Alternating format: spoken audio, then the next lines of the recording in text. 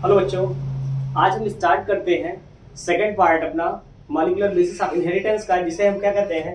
पहला हमारा था डीएनए स्ट्रक्चर के बारे में, दूसरा है फिर स्ट्रक्चर ऑफ डीएनए यानी डीएनए स्ट्रक्चर।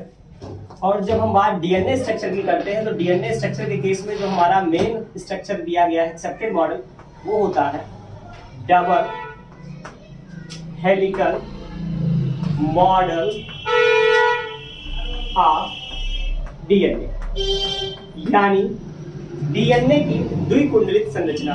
जो डीएनए की द्विकुंडलित संरचना थी, ठीक, वो स्टार्टिंग में जो दी गई थी, ये दी गई थी विल्किंसन के द्वारा। लेकिन जो विल्किंसन का मॉडल था ये बहुत ज्यादा एक्सेप्टेड नहीं हुआ, तो उस कंडीशंस पे इसी पर फिर एक ट्राइगोनल स्ट्रक्चर दिया गया, यानी 3 डायमेंशनल स्ट्रक्चर।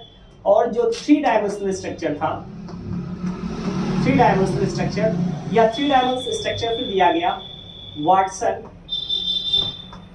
एंड क्रिक के द्वारा। और वाटसन और क्रिक ने जब हमारे 3 डायमेंशनल स्ट्रक्चर को दिया तो उस कंडीशंस में स्ट्रक्चर दिया गया 1953 में। और जब इन्होंने यह मॉडल एक्सप्लेन किया, उसके बाद इन्हें 1965 में नोबेल प्राइज दिया गया। नोबेल प्राइज दिया। अब जो वाटसन और क्रिक थे, इन्होंने जो डबल हेलिकल मॉडल दिया, उस हेलिकल मॉडल को हम देखते हैं। तो इस कंडीशंस में इन्होंने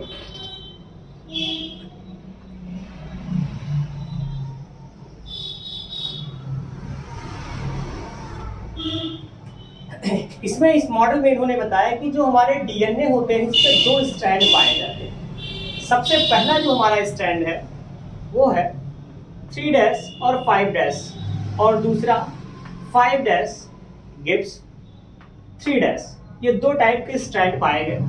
और जो स्ट्रैंड थे, इन स्ट्रैंड में एक मिड लाइन पाएगी, और किसी भी एक स्ट्रैंड से मिड लाइन का जो डिस्टेंस बताया इन्होंने, वो 10 एंगस्ट्रॉम बताया। यानी जो डिस्टेंस है,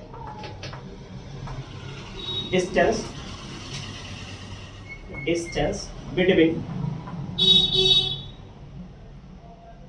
बोथ स्ट्रैंड अगर देखा जाए, बोथ स्ट्रैंड, तो अब मिड लाइन से एक स्ट्रैंड का डिस्टेंस 10 एंगस्ट्रॉम है, तो एक स्ट्रैंड से दूसरे स्ट्रैंड का जो डिस्टेंस होगा वो कितना हो जाएगा, 20 एंगस्ट्रॉम। जो डीएनए था वाटसन और क्रिक ने दिया था, ये स्पेशली जो टाइप्स ऑफ डीएनए था, इसमें हमारे बी डीएनए पर बेस्ड था। और जो हमारा बी डीएनए होता है, इसमें टोटल नंबर ऑफ न्यूक्लियोटाइड्स हमारे होते हैं कितने, 10। यानी B DNA 10 number of nucleotide से मिलकर बना होता है। अब जो हमारे 10 नंबर ऑफ न्यूक्लियोटाइड्स थे, अगर हम उनकी बात करें तो किसी भी एक न्यूक्लियोटाइड से दूसरे न्यूक्लियोटाइड का जो डिस्टेंस इन्होंने बताया, वो बताया 0.34 नैनोमीटर। कुछ ऐसी भी बुकें हैं जो कहती है कि नहीं, इन्होंने नैनोमीटर में नहीं, एंगस्ट्रॉम में दिया, और उन्होंने एंगस्ट्रॉम में इसका रेशियो लिखा 3.4 एंगस्ट्रॉम। अब यानी अगर हम बात करें, यानी हमारा जो थर्ड पॉइंट बना, ये क्या था, डिस्टेंस बिटवीन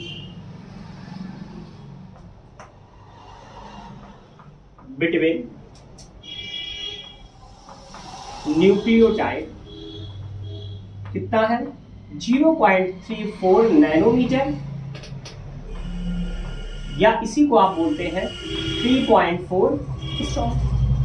फिर इन्होंने कहा कि अगर अब टोटल नंबर ऑफ न्यूक्लियोटाइड्स कितने हैं, 10, यानी जो हमारा सिंगल टर्न है, इसकी लेंथ कितनी हो जाएगी, तो 3.4 × 10 इक्वल टू 34 एंगस्ट्रॉम। अगर हम इसको नैनोमीटर में काउंट करें तो 0.34 nanometre multiply by 10, then 3.4 nanometre, यानी लेंथ ऑफ सिंगल टर्न, यानी जो हमारा एक टन है, एक कुंडल है, उसकी जो टोटल लेंथ होगी, वो टोटल लेंथ कितनी आ रही है, तो टोटल लेंथ अगर नैनोमीटर में देखी जाए तो नैनोमीटर में हो जाएगी 3.4 नैनोमीटर। ठीक, अगर इसे हम नैनोमीटर में काउंट ना करके एंगस्ट्रॉम में काउंट करें तो एंगस्ट्रॉम में हो जाएगा कितना 34 एंगस्ट्रॉम। ठीक, अब फिर था कि जो डीएनए था ये फॉर्म्ड किससे था, तो डीएनए जो हमारा होता है, हमने कल ही आपको अपने पिछले लेक्चर में बताया था कि जो हमारा डीएनए होता है केमिकली 3 चीजों से फॉर्म्ड होता है। पहला था क्या, पेंटोज शुगर प्लस और क्या था, फॉस्फेट बॉन्ड जिसे हम फास्फोडाइएस्टर बॉन्ड भी बोलते हैं। और थर्ड कंडीशन हमारी क्या थी, तो हमारा थर्ड पॉइंट था फिर क्या, न्यूक्लियोटाइड। और न्यूक्लियोटाइड के रूप में जो हमारा डीएनए इसमें जो पाए जाते हैं वो क्या होते हैं, एडेनिन, गुआनिन, साइटोसिन और थायामिन। आप क्वेश्चंस देखते हैं, कुछ कंपटीशंस में क्वेश्चन भी पूछा गया है कि what is the difference between thiamine and uracil, यानी जो थायामिन है और यूरेसिल है इनमें क्या डिफरेंस है और इसमें क्या सिमिलरिटी है।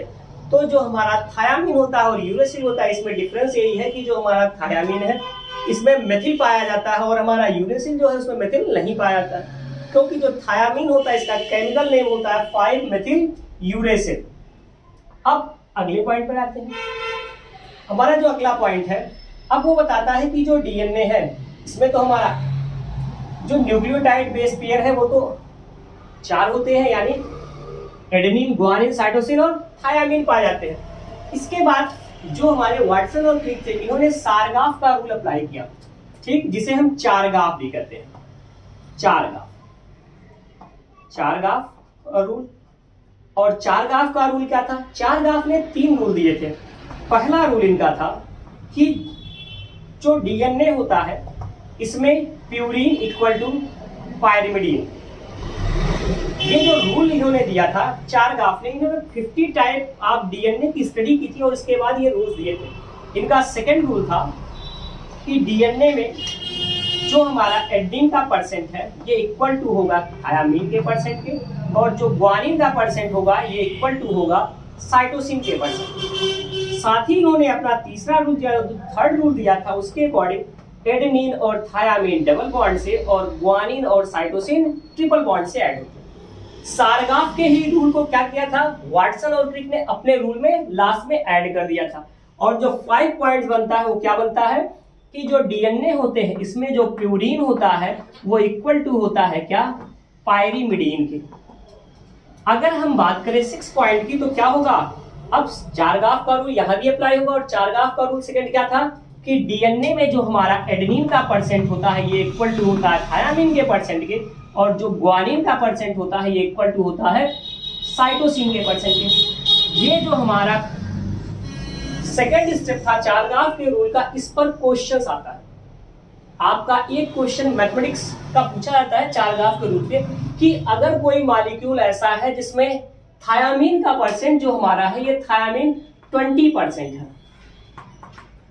तो उस कंडीशंस में उस मॉलिक्यूल में साइटोसिन का परसेंट अमाउंट क्या होगा, तो वहां हमारा यही रूल अप्लाई होगा। और इस रूल से हम क्या करते हैं, उस चीज को कैलकुलेट कर देते हैं। इस कैलकुलेशन को कैलकुलेट करने का प्रोसेस मैं आपको अपने एक वीडियो में जरूर बताऊंगा। अब हम आपको लास्ट पॉइंट की तरफ ले चलते हैं, जो हमारा अगला पॉइंट है। अगला लास्ट पॉइंट कि जो हमारा एडेनिन है ये थायामिन के साथ डबल बॉन्ड से, और जो हमारा गुआनिन है ये साइटोसिन के साथ ट्रिपल बॉन्ड से जुड़ा होता है। ठीक, तो ये हमारा हो गया क्या, वाटसन और क्रिक द्वारा प्रपोज डीएनए मॉडल, जिसमें वाटसन और क्रिक ने क्या किया था, सारगाफ के रूल्स को भी ऐड किया था। और ये हमारे रूल्स हो गए। आगे का जो स्टेप है वो मैं आपको अपने नेक्स्ट वीडियो में बताऊंगा। तब तक के लिए आप लोग हमारे ये वीडियो देखते रहिए, लाइक कीजिए, शेयर कीजिए और सब्सक्राइब भी करते रहिए। Okay, thank you.